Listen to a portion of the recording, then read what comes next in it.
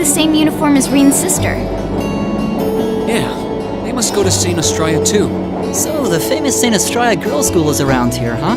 It's supposed to be a combined middle and high school exclusively for the young ladies of the nobility. Yeah, this is one part of the capital that the masses have no reason to visit.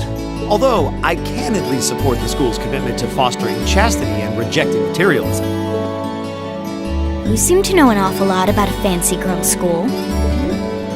No, I don't. This is all just common knowledge. Anyway, let's go and wait by the front gate. Yeah, those were the instructor's orders.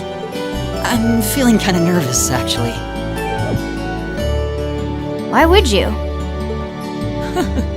To men, this academy must seem clad in the mysterious, impenetrable aura of feminine nobility.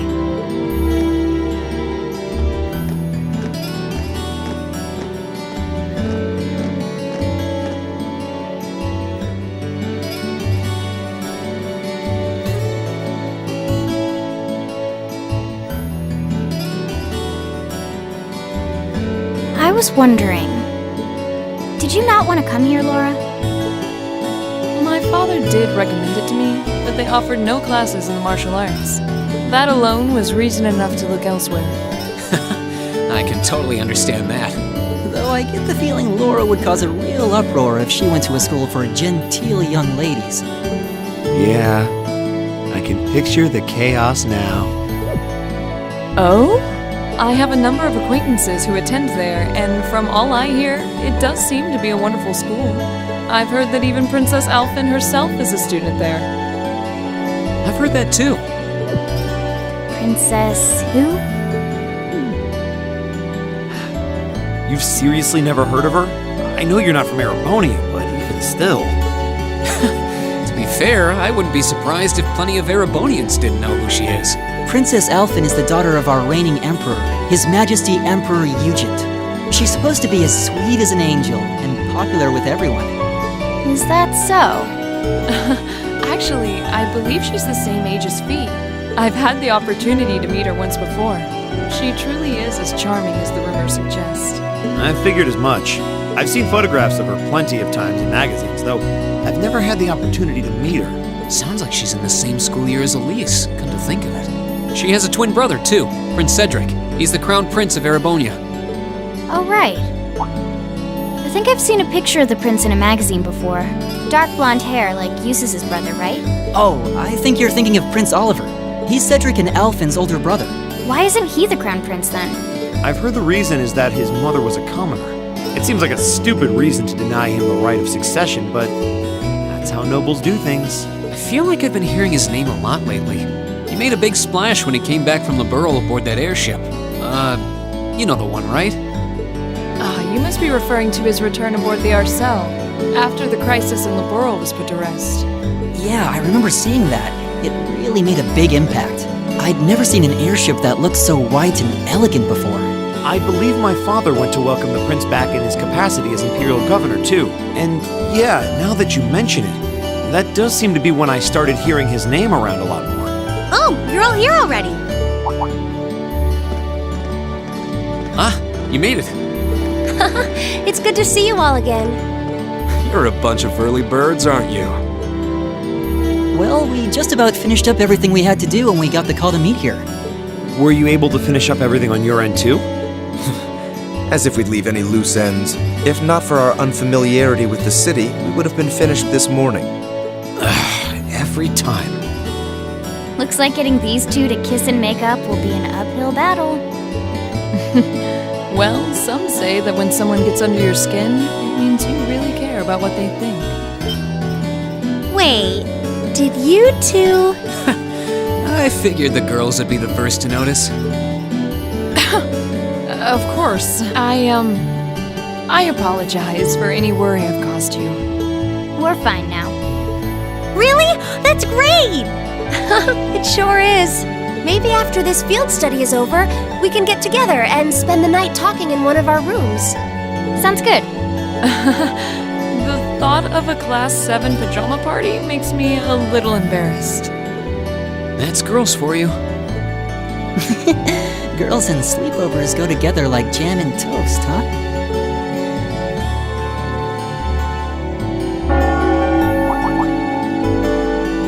That must be Heimdall Cathedral's bell. It has a solemn, stately sound, wouldn't you say? It sounds so different from how it does in the Ost district. Though that makes sense considering the distance. That bell ringing must mean it's 5 o'clock, which means it's almost the time we were supposed to meet here. Rean? Elise, what are you doing here? Wait, I guess this is your school, so where else would you be? Yes. I see all of your classmates are with you too. It's only been a week since we saw you, hasn't it? Well, we were told to meet here. Wait a minute. Are you the ones? The 9 guests I was told to expect at 5 o'clock sharp? Well, there are 9 of us in Class 7. Wait, what? Then that would mean you're the one we were told wanted us to come here? Actually, I suspect that would be a friend of mine. Why does she always have to be such a mischief maker? I swear. She could have at least given me a little warning that you were coming. Elise?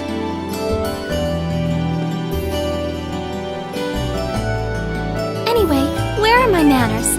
Welcome to St. Estrella Girls' School. I hope you'll enjoy your visit. Right this way.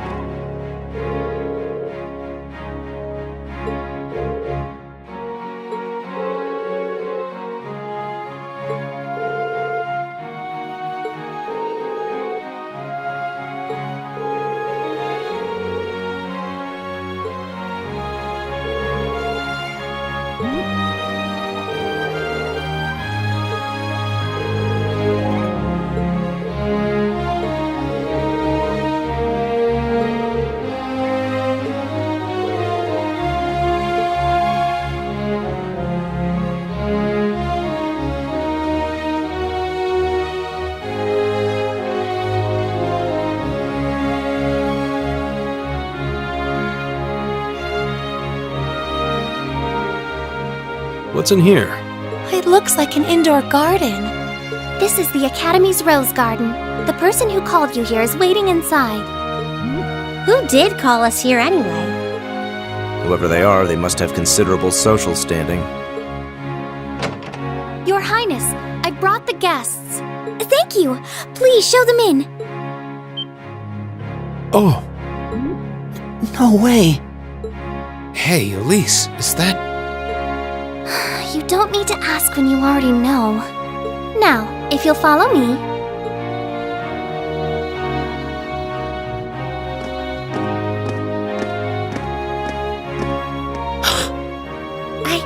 I knew it!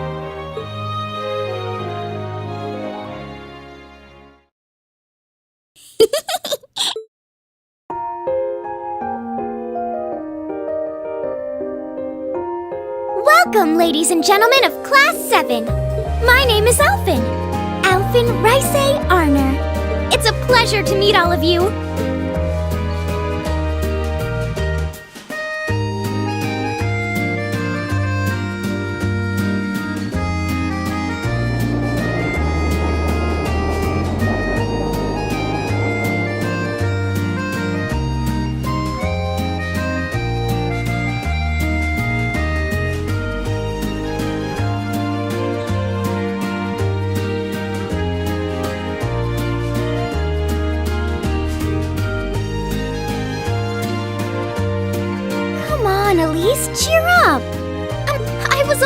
to tease you a little.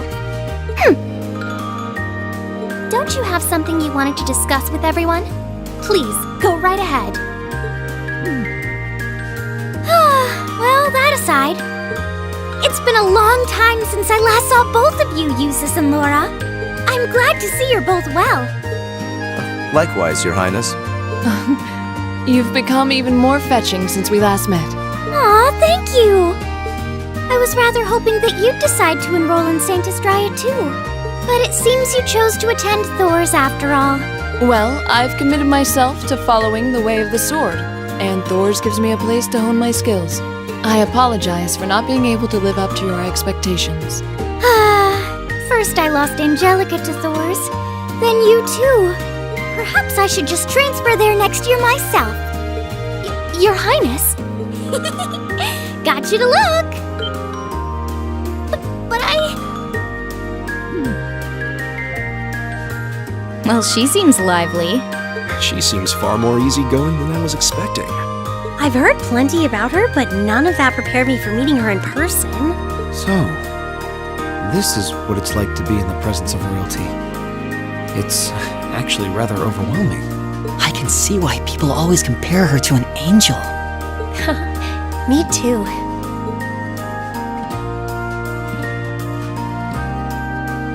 Please don't worry about me. Well, I still have much to learn before I feel like I deserve my status among the nobility. I've been blessed with wonderful friends, and I'm enjoying life here at the Academy. Well, she does seem to have at least one wonderful friend. Kind of an understatement when that friend happens to be Princess Alfin. I'm particularly happy to finally be able to meet you, Rean Schwarzer. Elise has told me so much about you. Your Highness! I'm honored that you'd say so. Elise always mentions in her letters what a great friend she has. As her brother, I wanted to thank you for that. Rean? Oh, it's so refreshing. You're every bit the person Elise says you are. Perhaps even more so. Huh? Actually, I have a teensy-weensy favor to ask. Do you think I could join Elise in thinking of you as my dear brother as well? What? Your Highness!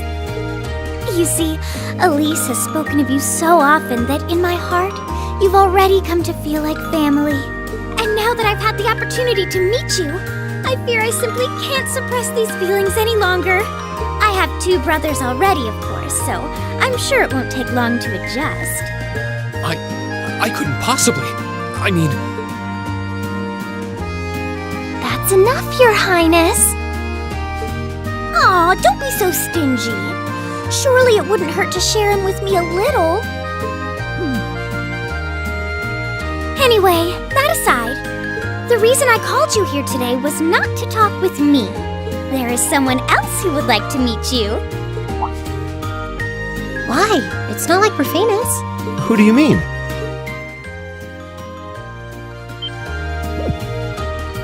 Hey, isn't that...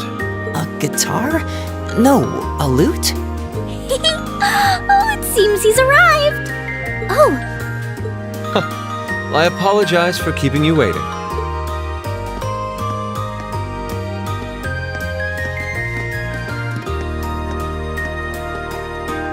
it's a pleasure to see you again. And you as well, young lady. Well, I trust everyone here has been making themselves comfortable.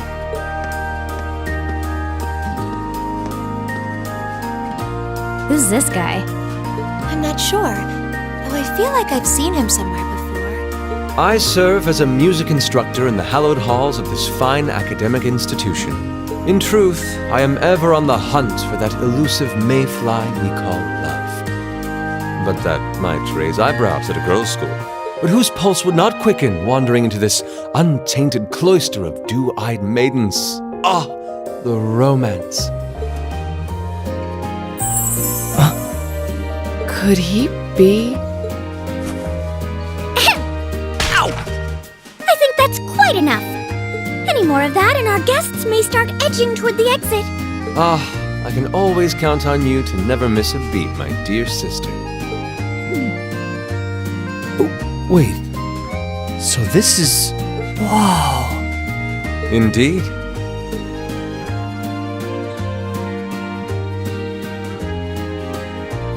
"'Tis I, Olivert Rice Arner, also known by some unscrupulous individuals as the debaucherous prince. I also serve as Thors Military Academy's ornamental chairman of the board. It's a pleasure to finally meet you, ladies and gentlemen of Class 7.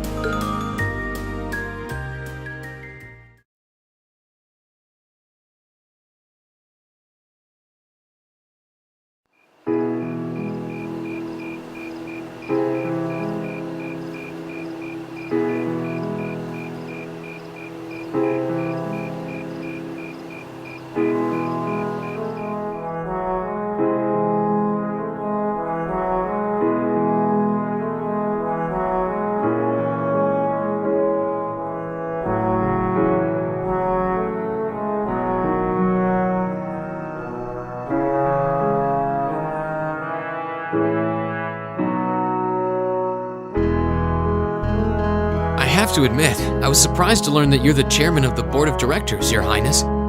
I'd heard that the chairman was a member of the imperial family, but still. I'm not surprised. Who would expect the infamous prodigal son to chair a committee at a prestigious academy like Thors? I suppose it's not surprising they'd rather keep it hushed up, though. It wouldn't exactly be great for the school's image. That's surprisingly forthright coming from you. Is it really true, though? I mean, that you were the one responsible for establishing Class 7, Your Highness?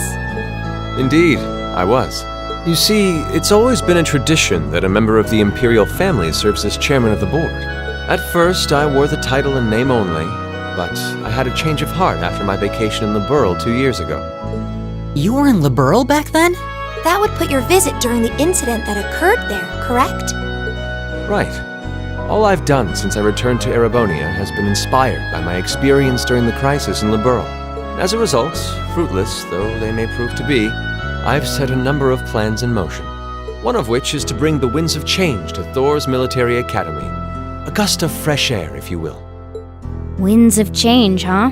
I can only assume you're referring to our class? Then the one who decided to throw both commoners and nobles into the same class was... Yes, the idea was mine. Although the selected students also had to have a high aptitude with the Arcus units too. I think I'm finally starting to understand the reasoning behind Class 7, and why we're being sent all over Erebonia on these field studies. To show us firsthand and give us cause to consider the conflict between the two factions. That is the purpose behind our field studies. Is it not, Your Highness? That is one of the reasons, yes. However, my foremost intention was to show you that during your lives, you will encounter many obstacles and conflicts, not just between factions, but between the capital and the provinces, tradition and technology, even between nations. In these turbulent times, I thought that this would provide the hands-on education today's promising youths need.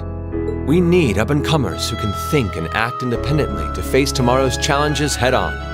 That makes sense. Wow, that's quite a plan.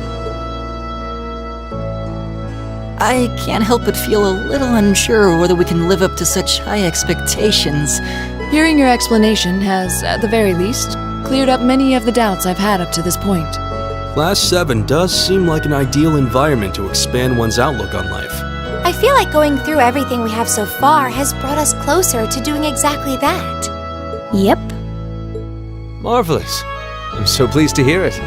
Just listening to you makes me feel even more certain that establishing Class 7 was the right decision. Especially since while the idea itself was mine, I have no real say in how the class is run day to day. Even so, I still hope to meet all of you at least once, if only to tell you all this. That was when Alfin stepped in and offered to set up this little meeting. I see. Well, I could hardly refuse such a sincere request from my brother. But it also presented me a fine chance to finally meet Elise's beloved brother, as I've always wanted to. Your Highness! Thank you for taking the time to tell us all of this, Your Highness. I feel like now that I know, I want to live up to the promise you saw in Class 7. Thing is, am I right in assuming that Class 7 doesn't exist just to fulfill your progressive ideal?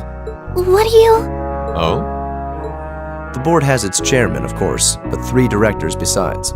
My older brother Rufus, Imperial Governor Karl Regnitz, and Irina Reinford of the Reinford Group. Oh, yeah. Now that you mention it, They do seem to have certain expectations for us. Precisely. As I mentioned, I no longer have anything to do with how Class 7 is run. That authority lies with the directors. As you're keenly aware, Rufus and Governor Regnitz sit on opposite sides of the factional divide. And while Chairman Irina is mostly involved with Class 7's technology, like the Arcus, her intentions are a mystery to me. And it's those 3 who decide where you'll travel for your field studies. Is that right? When you put it that way, it does make it seem like some kind of bargaining is taking place behind the scenes. It was one of the conditions they gave in exchange for allowing Class 7 to be established. I'll admit, I hesitated to allow it, but I decided to place my hopes in you.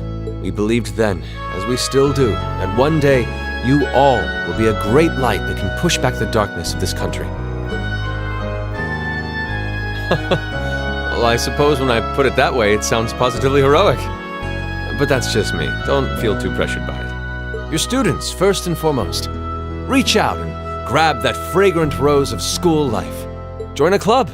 Eat cheap food with your friends at midnight. Fall in love. We live but once. Make your youth count.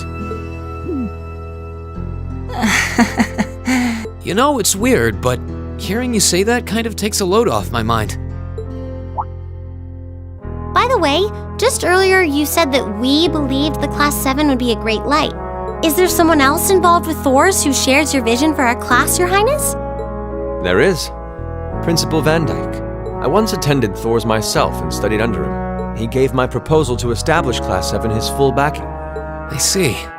He's been particularly considerate toward us ever since we arrived at the Academy.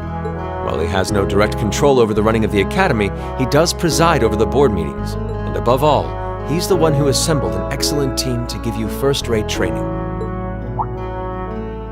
An excellent team, you say? Are you referring to Instructor Sara? She's certainly one of them. Still, coaxing her away from her former line of work certainly played a large part in giving Class 7 a great foundation. She is, after all, one of the strongest people in the Empire, and her experience makes her a natural field leader. Wait, what? Instructor Sara? One of the strongest people in Erebonia? exactly what experience might you be referring to?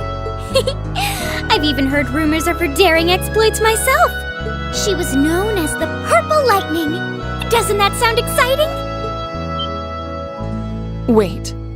Purple Lightning? I knew it. If you two have heard of it, it must be a household name among martial artists.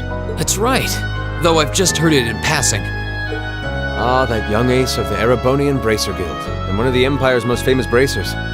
She has a history full of brave feats and dangerous deeds. She was even the youngest bracer to achieve A-rank status. Back then, she was known as the Purple Lightning. Now, you know her simply as your homeroom teacher.